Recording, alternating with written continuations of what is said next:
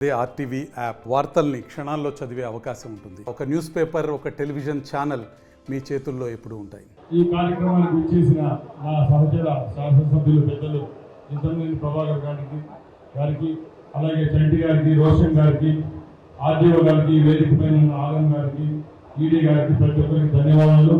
అలాగే ఇక్కడికి విచ్చేసిన పాత్రికేయ సోదరులకు, తెలుగుదేశం పార్టీ అభిమానులకు మరొకసారి ధన్యవాదాలు తెలియజేసుకుంటూ ఈ కార్యక్రమాన్ని ప్రారంభిస్తున్నాం.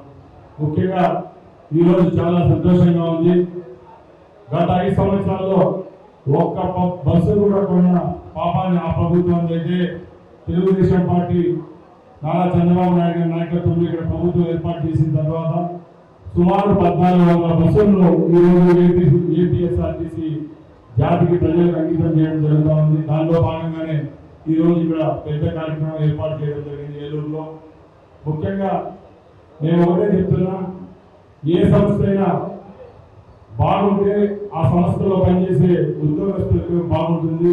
వాళ్ళందరూ ఆ సంస్థ బాగుండే రోజే ప్రజలకు కూడా నాణ్యమైన సేవలు అందించడానికి ఉంటుంది. కాబట్టి మరొకసారి ప్రభుత్వం ఏర్పాటు చేసిన తర్వాత ఏపీఎస్ఆర్టీసీని గాడిలో పెట్టడానికి మా రవాణా శాఖ అయితేనే, మా ప్రభుత్వం అయితేనే చర్యలు తీసుకుంటా ఉంది. ముఖ్యంగా దానిలోనే ఈ భాగం ఇది.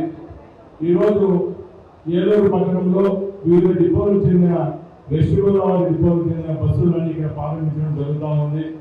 ఈ బస్సులన్నీ గ్రామాలకైతేనే, పట్టణాల మధ్యలో నడిచే బస్సులు ఇవన్నీ ప్రజలకు నాణ్యమైన సేవలు అందించడానికి ఈ ప్రభుత్వము ఏపీఎస్ఆర్టీసీ శ్రీకారం చుట్టింది. సోదరులారా, ఒకటే గమనించాలా, ఏదైతే హామీలు మా తెలుగుదేశం పార్టీ ఇచ్చిందో ప్రభుత్వం ఏర్పాటు చేసిన తర్వాత తూచా తప్పకుండా హామీలు నెరవేర్చి వస్తున్నాం.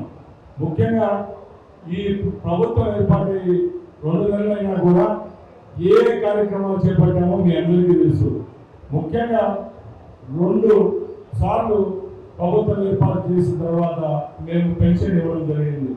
ఈ దేశంలోనే ఎక్కడా లేని విధంగా సుమారు 65 లక్షల పెన్షన్లు, అంటే 18 కేటగిరీల్లో 1వ తారీఖున పెన్షన్ ఇంటి దగ్గరికి వెళ్ళి పెన్షన్ ఇచ్చే కార్యక్రమాన్ని కూడా జయప్రదం చేశారు.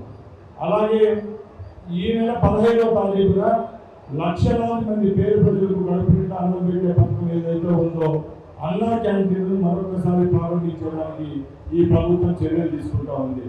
అలాగే మన రాష్ట్రంలో లక్షలాది వేలాదిగా ముందున్న నిరుద్యోగులు ఎవరైతే ఉన్నారో వాళ్ళ కోసం ఒక శుభ సూచకంగా ఎప్పుడూ లేని విధంగా 16,000 డిఎస్సీ పోస్టులు కూడా రిలీజ్ చేసేదానికి ఈ ప్రభుత్వం శ్రీకారం చుట్టింది.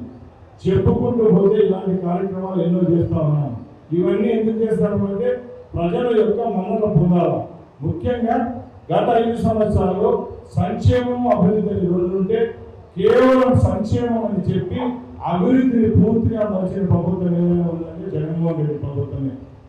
ఆ రోజుల్లో ఏపీఎస్ఆర్టీసీ విషయానికి వస్తే మీ దృష్టికి కొన్ని తీసుకోబోతున్నాం.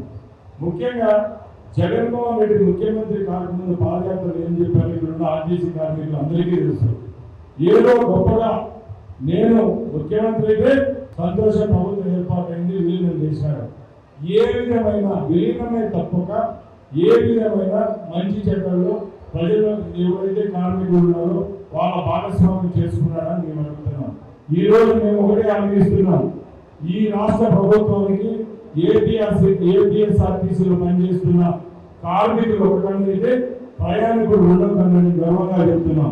ఎందుకంటే ఎప్పుడైతే కార్మికులు సంతోషంగా ఉంటే అప్పుడే వాళ్ళు చేయాల్సిన డ్యూటీస్ ఏమైతే ఉంటాయో సక్రమంగా చేస్తారు. కాబట్టి ఫస్ట్ ప్రయారిటీగా కార్మికులకు ఉన్న సమస్యలు తీర్చేదానికి ఒక రవాణా మంత్రిగా అయితేనే ఏపీఎస్ఆర్టీసీ ఒకటే చెప్తున్నా, రేపు రాష్ట్రంలో వచ్చే 5 సంవత్సరాల్లో మీరు సంతోషంగా ఉండి మీ సంస్థను దిగ్విజయంగా నడిపించుకునే రోజే ఆ రోజే మాకు నిజమైన ఆనందం. ఎందుకంటే లక్షలాది మంది ప్రయాణికులు సేవలు అందిస్తున్న ఏపీఆర్టీసీలో మీరే ఆద్యులు.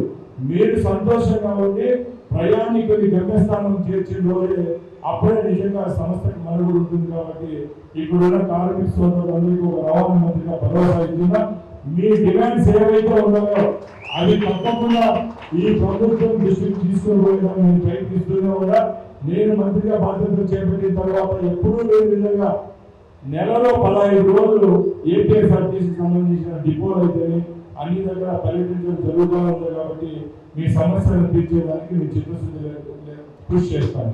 అలాగే ఒకటే చెప్తున్నాను, పెద్దలు నారా చంద్రబాబు నాయుడు గారు ప్రభుత్వం ఏర్పాటు చేసిన తర్వాత ప్రజలకు ఎన్నో ఆశలతో ఆ రోజు నాకు ఓటు చేశారు. మా ముఖ్యమంత్రి గారు ఒకటే చెప్తున్నారు, ఎక్కడ ఏ విధమైన అలసత్వం వద్దు. ముఖ్యంగా ఆ రోజు ఆ ప్రభుత్వానికి ప్రజలు చరమగీతం పాడాలంటే ఎందుకో మనకు తెలుసు.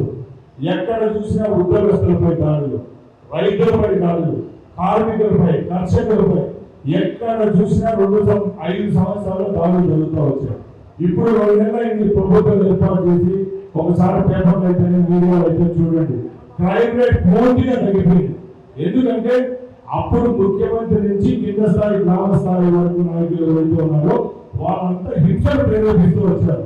మా ప్రభుత్వం ఏర్పడిన తర్వాత ఫ్రెండ్లీ ప్రభుత్వం. ఈ రోజు రైతులకైతే ఉద్యోగస్తులకైతే మేము ఫ్రెండ్లీగా ఉన్నాం. ఉద్యోగస్తు సోదరులకు మేము హామీ ఇస్తున్నాం. మా యొక్క విజయంలో ఉద్యోగస్తుల పాత్రలు చాలా ఉంది రాష్ట్రంలో. అందుకోసం మేము వాళ్ళకి ఒకటే చెప్పాం, మీరు కూడా ప్రజలకు దగ్గర కండి. మేము నాయకులమే కానీ పరిపాలకులమే కానీ మీరు డిక్టేటర్షిప్ అయితే మేము చేయము.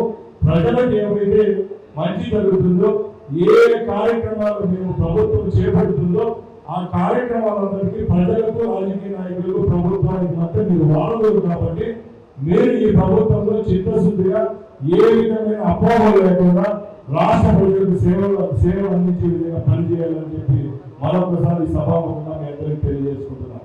అలాగే మా ప్రభుత్వం చేసిన అభివృద్ధి కార్యక్రమాలు చంద్రబాబు నాయుడు గారు 14 సంవత్సరాలు మీరు అందరూ చేశారు. తప్పకుండా వచ్చే 5 సంవత్సరాలు ఈ రాష్ట్రానికి అయితేనే, మన బిడ్డలకు అయితేనే, రైతులకు అయితేనే ఒక సువర్ణంగా ఉంటుందని తెలియజేసుకుంటూ సెలవు తీసుకుంటున్నాం. జై హింద్, తెలియజేసుకుంటున్నాం. మరిన్ని వీడియోస్ కోసం ఛానల్ ని సబ్స్క్రైబ్ చేయండి. లేటెస్ట్ అప్డేట్స్ కోసం వాట్సాప్ ఛానల్ ని ఫాలో చేయండి. అండ్ లింక్ డిస్క్రిప్షన్ లో ఉంది.